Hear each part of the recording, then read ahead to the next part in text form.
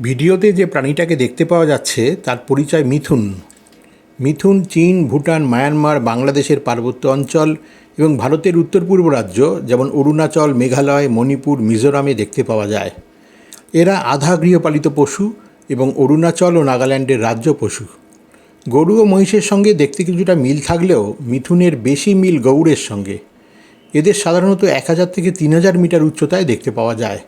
মিথুন পাহাড়ের কৃষিতে যেমন গুরুত্বপূর্ণ ভূমিকা পালন করে, তেমনি মিথুনের মাংস বিবাহ এবং ক্রিসমাস উদযাপনে অতি জনপ্রিয় খাবার। তবে মাংস সরবরাহকারী পশু ছাড়াও দুগ্ধজাত গবাদি পশু হিসাবেও মিথুনের পরিচিতি আছে। গরুর দুধের তুলনায় মিথুনের দুধে চর্বি এবং প্রোটিনের পরিমাণ বেশি থাকার জন্য পাহাড়ি জনজাতিদের কাছে মিথুনের দুধ এবং দুগ্ধজাত জিনিসের চাহিদা যথেষ্ট।